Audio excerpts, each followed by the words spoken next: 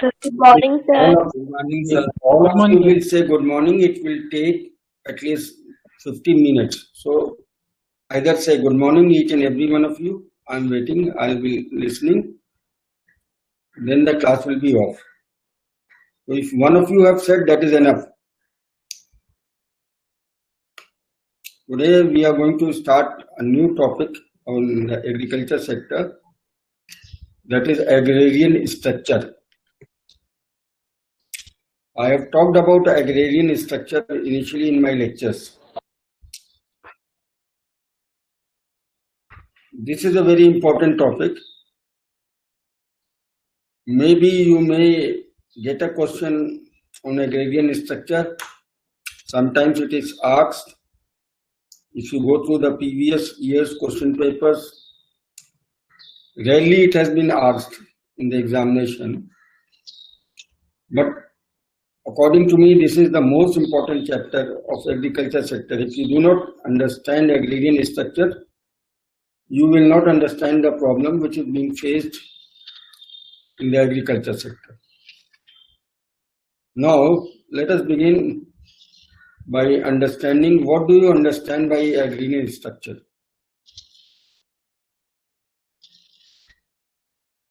Now, instead of saying good morning, you just try to answer.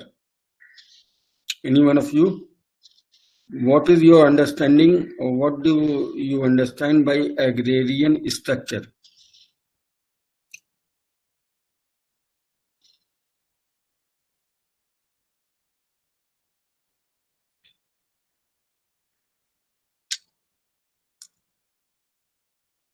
At least try to attempt to answer.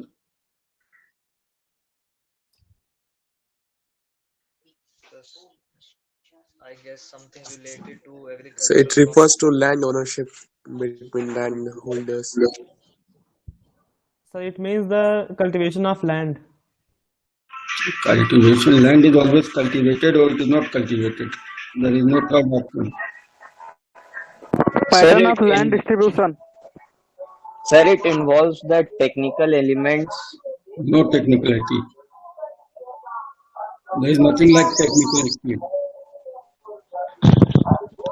Sir, it refers to how agriculture.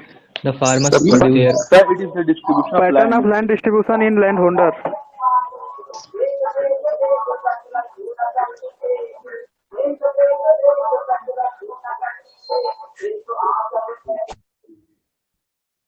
There was someone who was running music of life. I don't know what kind of student you are. Yes, you can say it is distribution of land. But to whom? So Landholders. Landholders. Who are the landholders? What kind of landholders are there in the country? Agriculture households. Household landowners, farmers. So many confusion. You keep on hearing that India is primarily an agricultural country. There are farmers in the country.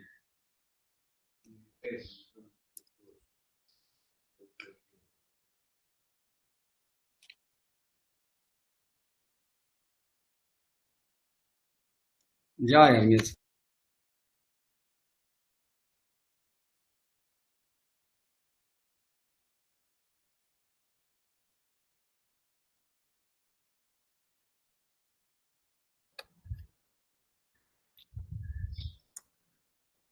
You see, there are farmers in the country, and there are various categories of farmers. How many categories of farmers are there in the country? so basically it is 3. So 3. It is basically it is 3. Somebody says it is 4. Somebody may call it 5. So you must be very sure. Anyway, you see, the government has divided the farmers into 4 categories. we can call it, one category has been subdivided into two, so you can call it 5, but there are only 4 categories. And these categories of farmers are decided or determined on the basis of the size of land holdings which they have. So we start from the smallest landholders, whose size has been fixed by the government, that if somebody who owns from 0 to 1 hectare of land, that kind of farmer is known as marginal farmers in the country. It is on the margin, so it is marginal farmers. The second category is from 1 to 2 hectares. They are known as the small farmers in the category of the country. The third category is of medium farmers, who are divided into 2. If you want, if you don't want, don't divide them into 2. They own from 2 to, somewhere it is said that it is 2 to 5 acres, somewhere it is 2 to 8 acres or hectares. They are medium farmers. They are divided into 2 categories, semi-medium and medium. I will give you a table where you will see. And those farmers who have above 8 hectares of land or 10 hectares of land, they are known as big farmers. So these are the 4 basic categories of farmers in the country. Now the question is that if you attempt to, if anybody, whether the government or the planners or the policy makers or the bureaucrats or we ordinary citizens, if we want to understand the problem of agriculture, we must know beforehand that what is the percentage of farmers in these 4 categories. For example, the highest percentage of farmers in our country are marginal farmers. That is, those persons who are holding, those farmers who have a land holding size of 0 to 1 hectare. And in this also you will see in the table that the average holding is around 0.4 hectare in marginal category. Now this is a very small holding. If a family cultivate this land for their livelihood, they cannot sustain the whole year for their livelihood on this small size of farm land. Second category, that is small farmers, they also constitute a big percentage. You will see what is the percentage of farmers in the small farmers category. Their holding is 1 to 2 hectares. Now if you mix, if you add up small farmers and marginal farmers, then around 85%, 86% of the farmers in India belong to this category of marginal and small farmers. Rest, around 13-14% of the farmers are medium farmers, and less than 1% are the big farmers currently, as of today. Now, small and marginal farmers, who constitute around 85%, the kind of land they are cultivating, the size of the land is small. So, and if there is no irrigation facilities, we can call them that they are indulged or engage in subsistence farming. They can only subsist. They don't have enough surplus to sell in the market, so their income is low. They had to look for other works outside agriculture, because if there is no irrigation facilities, they can only go for one crop. If there is irrigation facilities, they can go for 2 crops. but cultivation is costly affair. So they are always on the lookout for alternative employment opportunity. If you see, most of the migrant laborers who are working or searching as casual labor in big cities, in migrating to other states, or coming from villages to the cities for daily wages, they belong to these categories, and moreover, there are around 23 or 24% of the people living in the villages who are landless laborers, who do not own any land. All the problem which the agriculture faces is to solve their problem, and the problem can be solved if we increase their size holding, make it economically viable, so that they can survive for the whole year from the produce of the agriculture and can have a decent standard of living.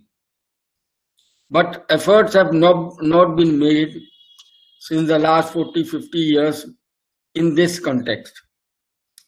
Now the median farmers, they are the real cultivators, you can say actual cultivators, who are providing food grains or who for the rest of the population of the country. That there are other problems. The input cost in agriculture is constantly increasing, and the price which they get in the market does not cover their cost of production. This is the problem which the farmers are facing in the country right now, and that is the reason why they are on agitation for the last few months. In few states, they are agitating more, but resentment is there all over the country among the farmers.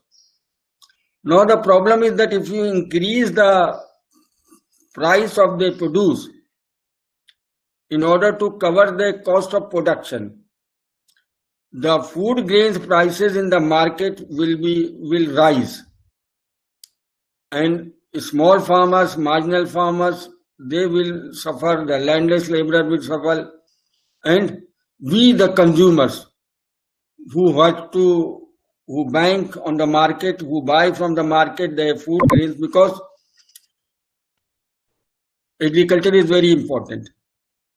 Everyone in the city, if you imagine, everyone, we as an ordinary citizen, you as a student, I as a teacher, or anyone, we need a doctor once or twice, or say in a month, or few times in the year. We need any kind of service, any kind of consumption, rarely or frequently. But we need farmers produce at least 3 times every day. Nobody can survive without eating, consuming food stuff. So that is why agriculture is very, very crucial and important, and we have to, efforts should be made to solve this problem. Now we will understand the structure, agrarian structure, in a better way by seeing the table which I am going to present to you now. When I will present the table, I will tell you other things related to that. So just wait for a minute and you will see.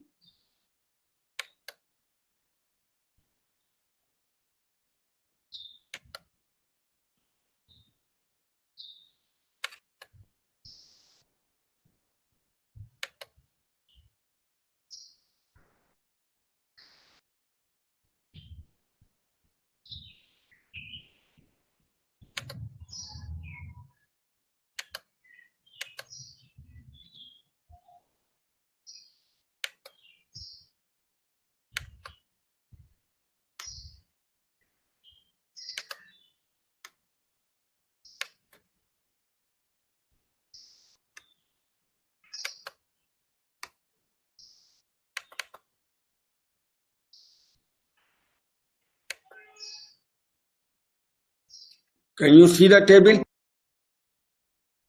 Yes, sir. Yes, sir. So you have muted yourself. What I was trying to tell you that this data is from 2005-6. There are other data which are from the past, say from 60-61. There you can see a better picture. But whatever we have here, let us concentrate on that. This will do for you at this stage. If you see how the table is labeled, on the left hand side you see the number of holdings. Now don't go for that number of holdings. Just below the number of holdings you have a figure in bracket which shows the percentage. That is important for us to understand the percentage. Then the second part is area. How much area, total area of agricultural land in the country these groups own. And the third part is that what is the average size of holding of all these categories of farmers. So if you come to the first, that the marginal farmers who have a land holding of less than 1 hectare, that is from 0 to 1 hectare. In 2005-6, their percentage in the country was 64.8%. That is, out of the total farmers in the country, around 64.8% was marginal farmers. In 2010-11, this percentage increased to 67.1%. And in 2015-16, it increased to 68.45%. If we had data from 60-61, then we would have seen that in 1960-61, the percentage of marginal farmers was around 48%. Now, what are the reasons for the increase in the percentage of marginal farmers? There must be some reason. What is the reason?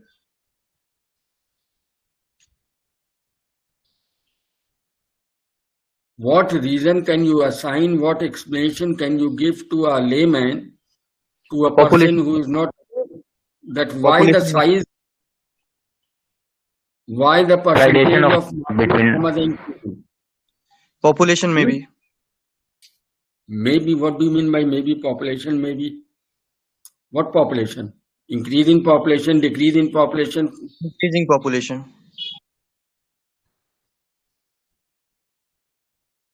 Any other answer? Any other reason? Fragmentation of holdings. Sir, it may be one factor, unemployment. Don't try to make wild guess unemployment. What does unemployment means with farmers? If they have got land, they are employed, self-employed. So dividing of lands. Zamindari system at the time of 1950 and 51. We are talking about 2015-16, 2005-6. Zamindari Abolition Act took place in 1954. So don't give such answers. It gives a very bad impression that you do not have brain.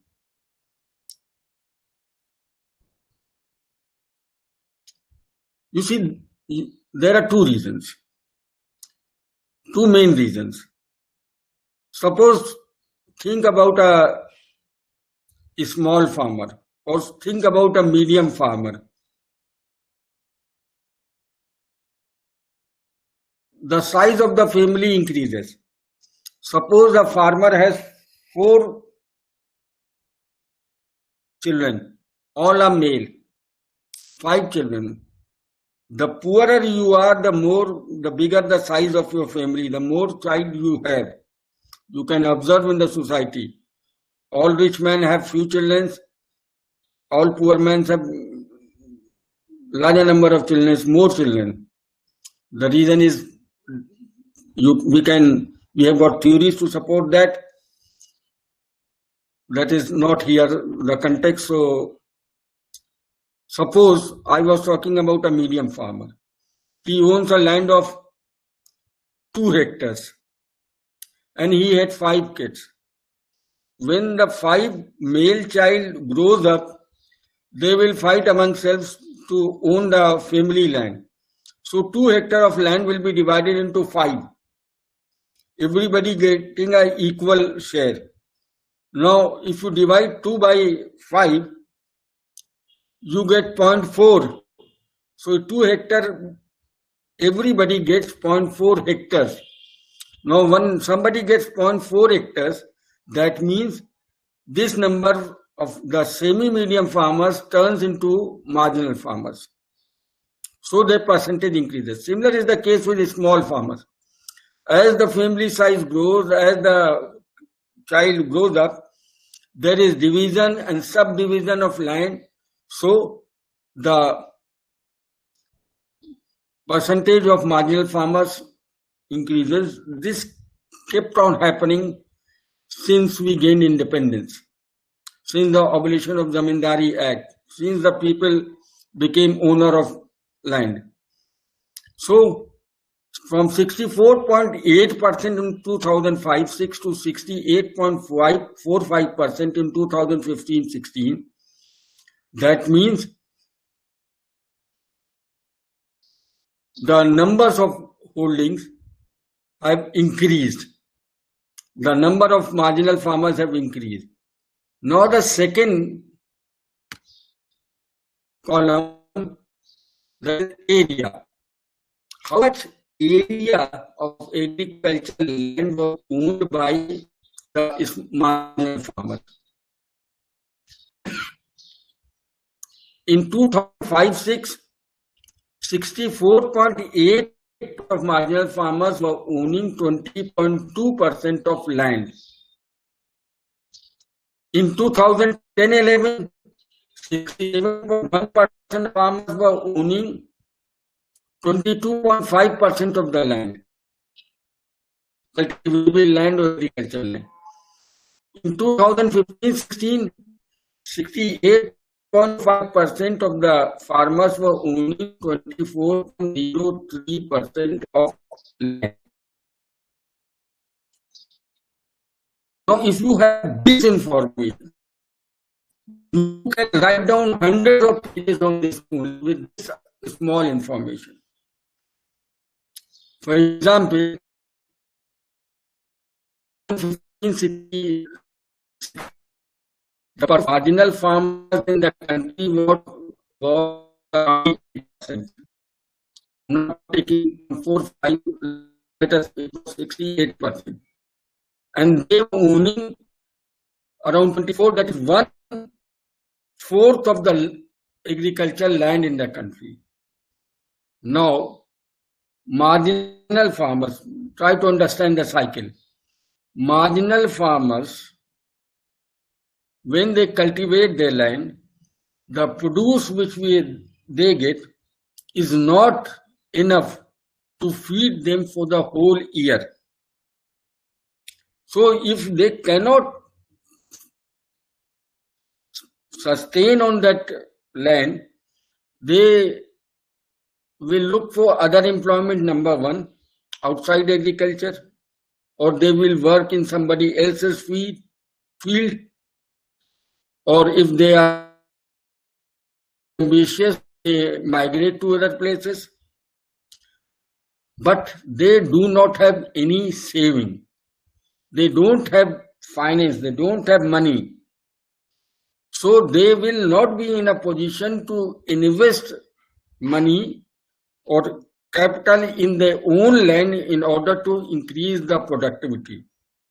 So you can say that 25% of the agriculture land in the country belongs to such category who is not in a position to invest in their land go for multiple cropping and increase their income.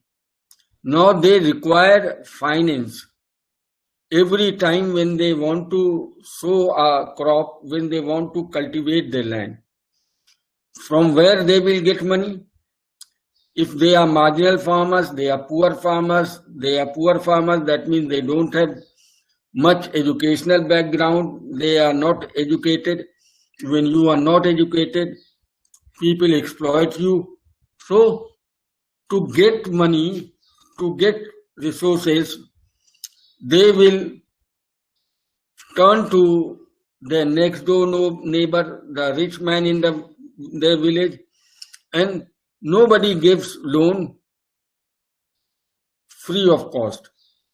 So either they commit themselves to work for them at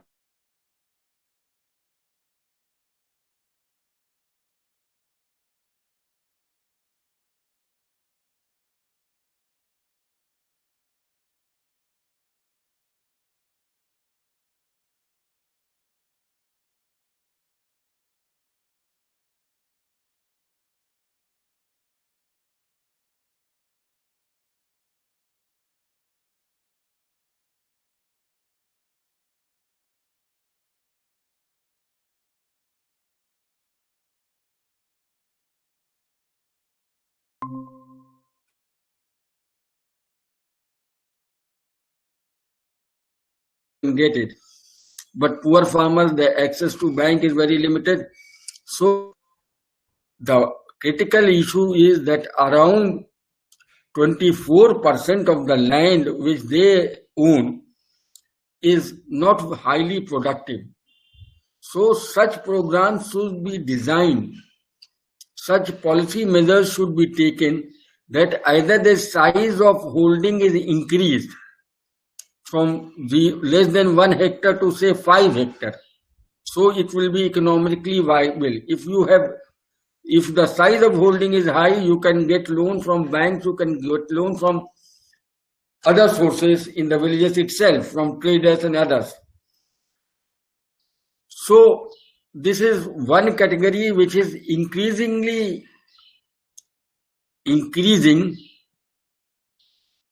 progressively increasing with the increase in the population.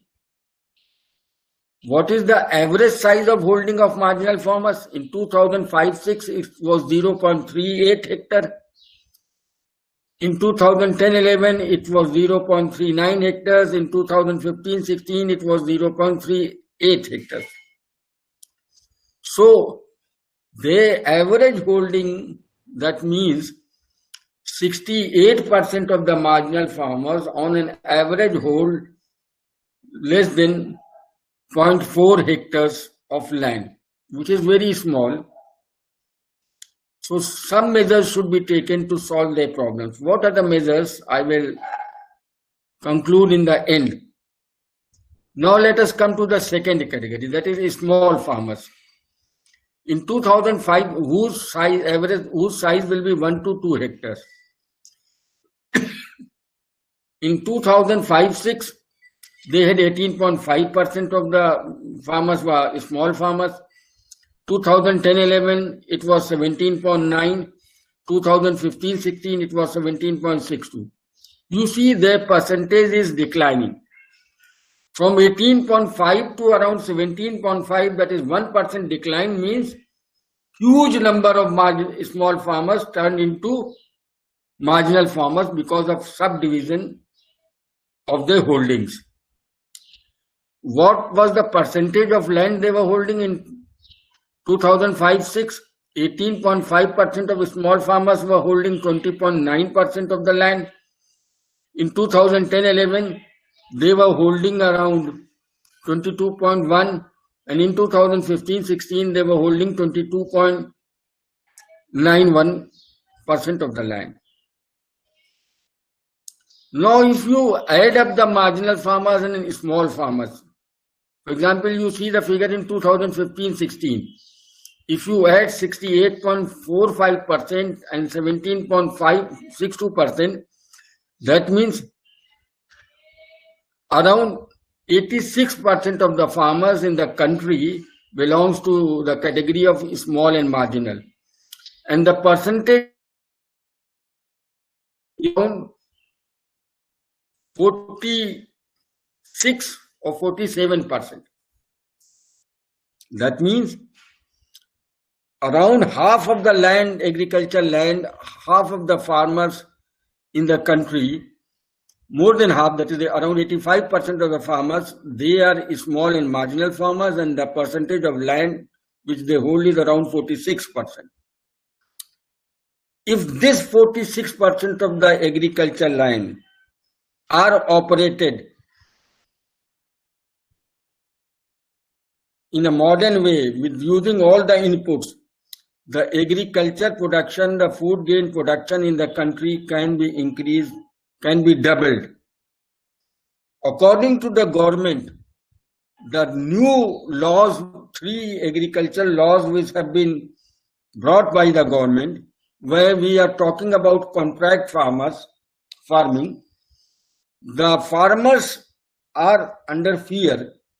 They suspect that gradually the land of these marginal and small farmers under contract farming will be taken over by the big corporate or industrial houses. And these small and marginal farmers will permanently turn into only casual laborers. If you have got a piece of land, maybe it is very small, at least you have some work to do. You can sustain or survive on that piece of land for 4 months, 5 months, 6 months. But if you do not own any land, if you are a landless person, then the only thing that you will have to work as a casual wage laborer, that too if you do not get a work on any day, you will have to go hungry. So this is a very serious problem which the country is facing. There are several things which are mixed here, but we have to only study the agrarian structure, so I need not go into that. It will take a lot of time. Let us come to the third category, that is the medium is divided into 2 categories. One is semi-medium, from 2 to 4 hectares. Their percentage was in 2005-06 was 10.9%. In 2010-11 it is 10%. In 2015-16 9.55%. Because of subdivision, because of increase in the family size, their percentage declined. In 2005-06, the amount of land which they were holding, that is 10% was holding 23.9%. Then again in 2010-11, the percentage of land was 23.6%. And in 2015-16, the percentage was around 23.84%. So, the small farmers, their percentage is low, around 10%, but they hold around 23.84%. Whereas the marginal farmers, their percentage is high, but they hold the same amount of land as the small farmers, semi-medium farmers. Similar is the case with small farmers, their percentage is around 10%, but they hold around 23.84% of the land. So their situation is better than small and marginal farmers. Then we come to medium, whose size of holding is from 4 to 10 hectares. Their percentage was 4.9% in 2005-06, 4.2% in 2010-11, 3.80% in 2015-16. But the amount of land which they were holding in 2005-06 was 23.1%. That is 5% of the medium farmers were owning around 23.1% of the land. Then 4.2% of the medium farmers in 2010-11 was owning around 21% of the land. In 2015-16, around 3.8%. of the medium farmers were holding around 20% of the land. So less number of farmers of medium farmers, they are owning larger amount of land holding. Now if you go to the large farmers, that is 10 hectares and above, their percentage in 2005-06 was 0.8%. In 2010-11 it was 0.7%. In 2015-16 it was 0.57%. So big farmers in the country are less than 1%, 0.5% around. But the amount of land which they are holding, in 2005-06 it was 11.8%, in 2010-11 it was 10.6%, and in 2015-16 it was 9.07%. Majority of the big farmers, they are not farmers by profession. Either they are settled in urban areas, they are in real estate business, they are in services, they are politicians, they are bureaucrats, they have got huge farmhouses, they are keeping it, retaining with themselves for social prestige reasons, social status reason, or most of them are retaining in order to avoid paying income tax, because agriculture income is not taxed. For example, actors like Amitabh Bachchan, he has huge, owns farmland, and he never goes there for cultivation or anything. But he shows every year that he has generated an income of 100 crores, 200 crores from that farmland, and exemption from income tax is given. So most of the rich person, they retain, if they have been farmers from generations, they retain their land in order to avoid paying income tax, or in order to maintain or preserve their social status. Now this agrarian structure which we see here, it has to change in order to increase the productivity in the agriculture sector. And there are several ways in which this can be changed. One of the procedure, one of the way was started sometimes in 1950s, that is land reforms which was implemented in India. But land reform laws were not implemented very seriously in most of the states of the country, except for Kerala and West Bengal. These land reforms were not implemented properly. Now there is no political will among the politicians to implement land reforms, because farmers are a very strong lobby and they influence the outcome of elections of any state or the country as such. So agriculture is very important for India even today. Several measures have been taken to boost agriculture production. In 1950-51, the total food grain production in India was around 50 million tons. It has now reached around 300 million tons. Around approximately 6 times the food grain production is increased. So it has not increased because of nature. Of course, nature played a role, but human effort has been made. Huge amount of capital has been invested by the government, whether central government or state governments. Efforts have been made. Mechanization has taken place. That is why there has been an increase in the food grain production. But if you compare the total productivity of, say, wheat and rice with our neighbor China, China's total per hectare or the total productivity of wheat, the productivity of wheat is much higher than India. China has a lesser cultivable agricultural land than India, but China production is much more than India's. So there is a potential, we can increase our food grain production. But then the question is, if we increase our food grain production, if we increase the agriculture production, the supply will be more, demand will be less. And currently the farmers are not getting remunerative prices.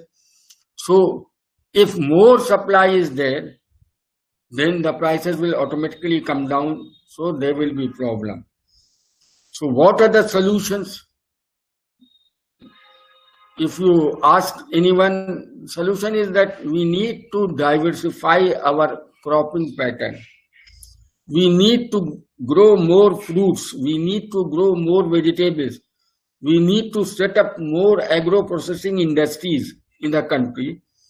So because of value addition, the income of the farmers can increase. But these agro-processing industries, they should be set up in the villages itself by the farmers themselves, whether in cooperative form or any other form. Then only the benefit should go to them. Now, currently, all the benefits of agriculture sector, huge profits are made by big traders and corporate houses. For example, when prices of potato, prices of onion increases, it is not the farmers who are benefited. It is the traders who get most of the benefit. And it is not natural increase in the price. It is an artificial increase in the price in order to make profit. So this, in short, if you go through this table twice or thrice, you need not study agrarian structure separately. You will be able to answer.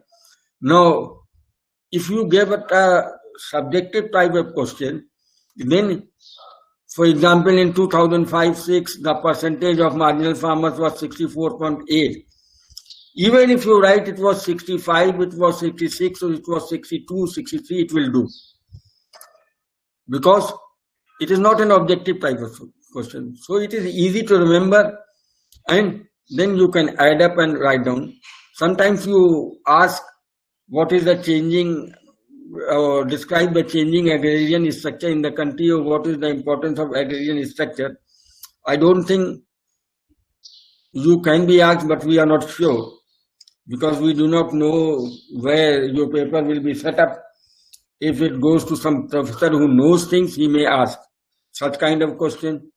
Otherwise, you will get a question from the topic which we study from the next lecture, that is rural credit. It is a huge topic.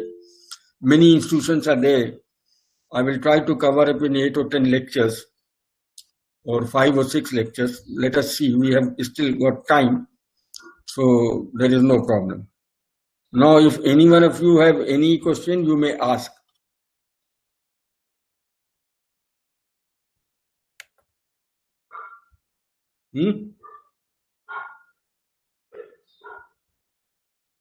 Sir, Yes. so is there no tax is imposed on agriculture sector? Yeah, no tax is imposed. It is income tax free. Okay, sir. Sir, may I ask a question? I have not stopped you. Ask. Okay, sir. Sir, in the column of big farmers, Yeah. the percentage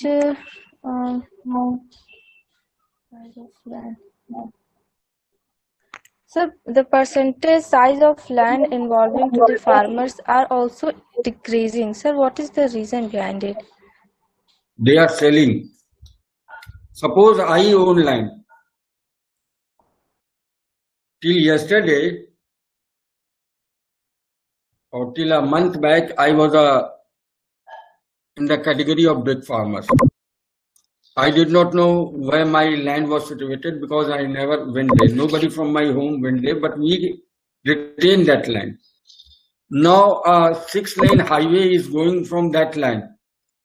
So the government has acquired around 50% of my land.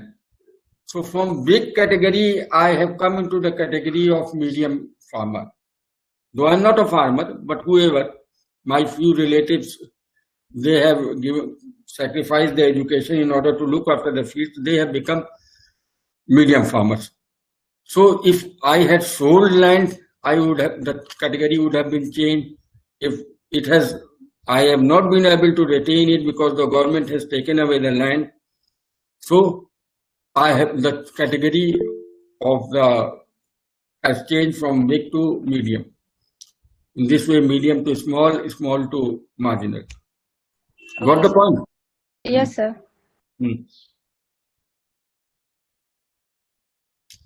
Any else? Any other question?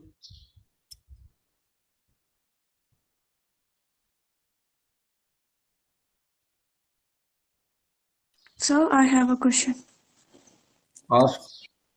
Sir, somewhere in a table with a decreasing number of holding, there is also decrease in number of area and area size of holding. What's the reason behind it? What is your name? Manashvi Singh, sir. But here it is showing anyway.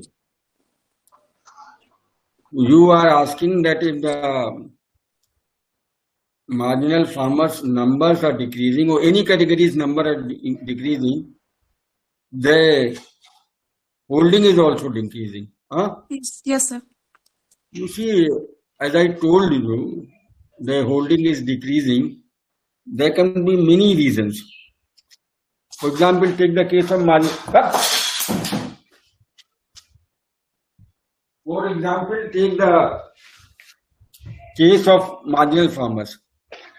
If the size of the family increases, then one day they will decide that they will sell their land or leave their land and migrate to some other places. It is no longer to stay back in agriculture.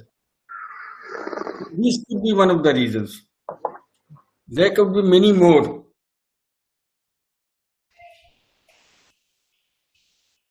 Now, land use. Most of the land in the country are used for agriculture, but most of the infrastructure which is being built when city expands, for example, take the case of Delhi.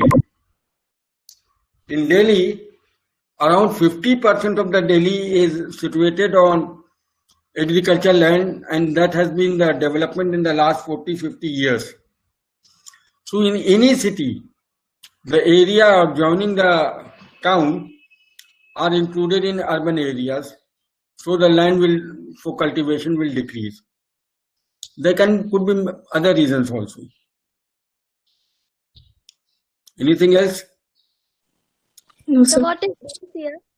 What is? Base year. What is base year? Huh? Yes, sir. I had talked about it. Base Sir. year is a year, standard year, a year from which data is collected for future and comparisons can be made from that year. And so, what is basic price and the factor cost? That is the cost of basic price of, that is the cost of production. For the production of anything or manufacturing of anything, land, labor, capital is required or raw materials are required. The cost, the price at which land or the wages which we pay or the interest which we pay on the capital, if we add all these, then the actual cost comes. But in the market, the price is determined on the basis of demand and supply. For example, if the farmer produces potato and his cost of production of potato, for one potato, his cost is say 1 rupee. But if there is a shortage in the market of potato, one potato may cost 5 rupees. So this is the market price which keeps on changing. But at factor cost, only when there is actual increase in the production, then only there will be increase in the national income. So factor cost is the actual cost at which a thing is produced and its price is accordingly fixed. Market price can vary from time to time. It depends on the situation of the market. Sir, why GVA means we are estimating GVA of sector wise at basic prices instead of factor cost? Because GVA means gross value added. Yes, sir. So if it is calculated at factor price, that means if the value increases, then there is actual increase in the production. Suppose we were producing in 1 hectare of land, we were producing 1 quintal. Now it has increased to 1.5 quintal. That means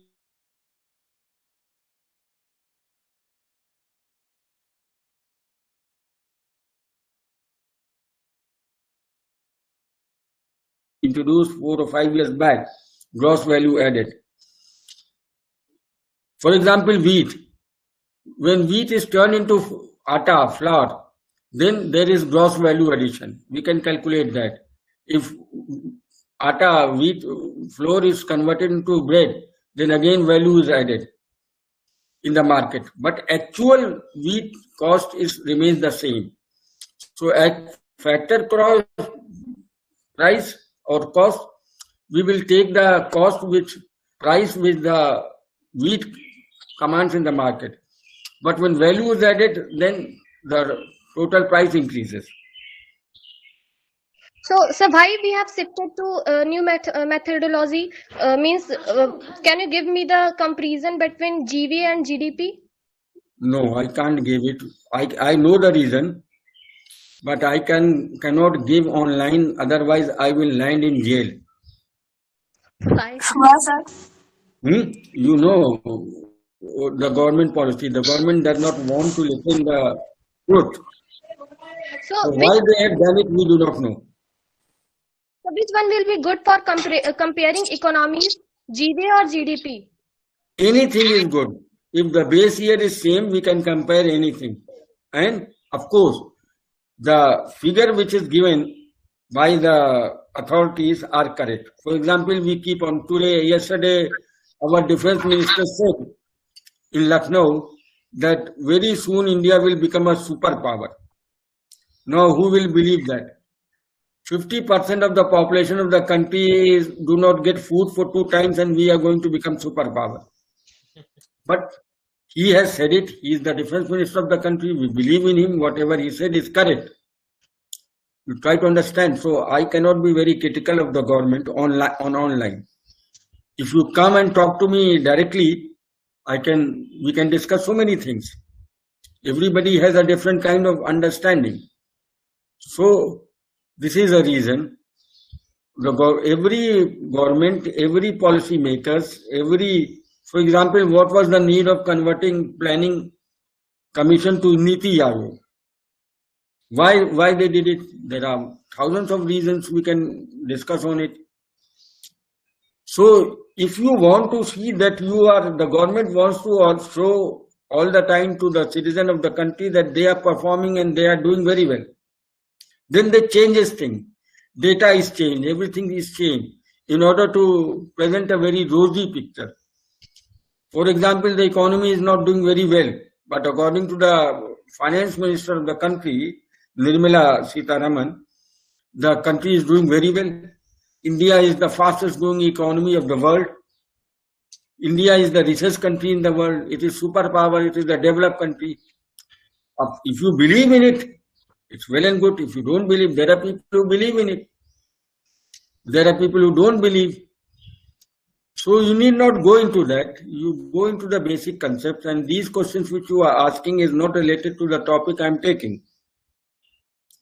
These are general questions. You have got some general queries. It is good that you are asking such kind of questions. At least you are thinking about the economy. You are thinking about the issues. It's good. Okay, so I have got another class. We'll meet next week. Huh? Sir, I have a question. Yeah, go ahead.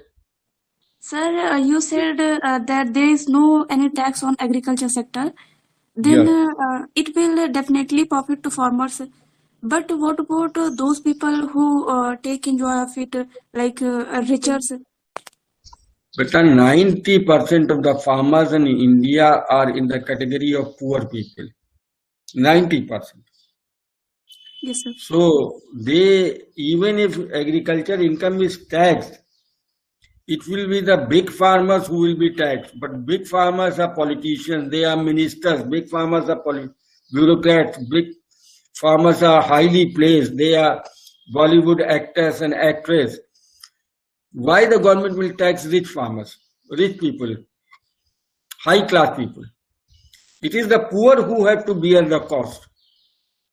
So agriculture sector has not been taxed. There has been demand for taxing agriculture sector, but collecting income tax from such a wider population who lives in remote areas, the government need an administrative apparatus, which they do not have, and the government does not have enough resources or money to develop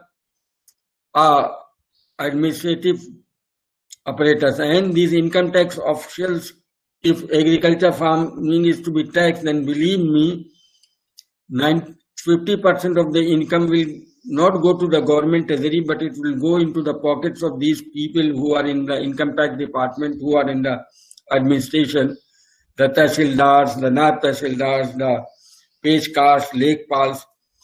They are exploiting. The government should try its level best to stop these corrupt officials in the country from indulging in corruption. Then situation in the country will be better on its own. And if you tax agriculture, most of the farmers will leave cultivating the land, and a day will come when we will have shortage of food grain. So to buy a kilogram of atta, you will have to pay 150 rupees per kg. Where will you stand? You won't be able to sustain yourself. When I say you, I mean most of us.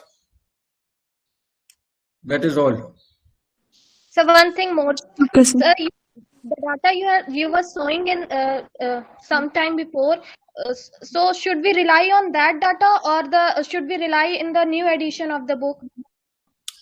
All the data which are given by the government, if all the new data which you have in the book, you rely on it. Okay. That is the data which is the official data of the government in India, and no, there is another source, big source, that is Center for Monitoring Indian Economy, CMI, which is based in Bombay. But those data are for economists to ponder upon. We as students have to rely on these data, which you have got in your book, so which I give from government sources, not my own sources. Okay, sir. So Okay. we should rely on the data given in the book. Of course, 1000%, because if you see any data in the book, below the table, source is given. Yes, sir. And most of the sources are from RBI or Government of India or Economic Survey or various reports of RBI. Okay? Or Ministry of Agriculture, Ministry of Finance. Okay. Then we'll meet in the next week. Thank you. All the best. Thank you so much, sir.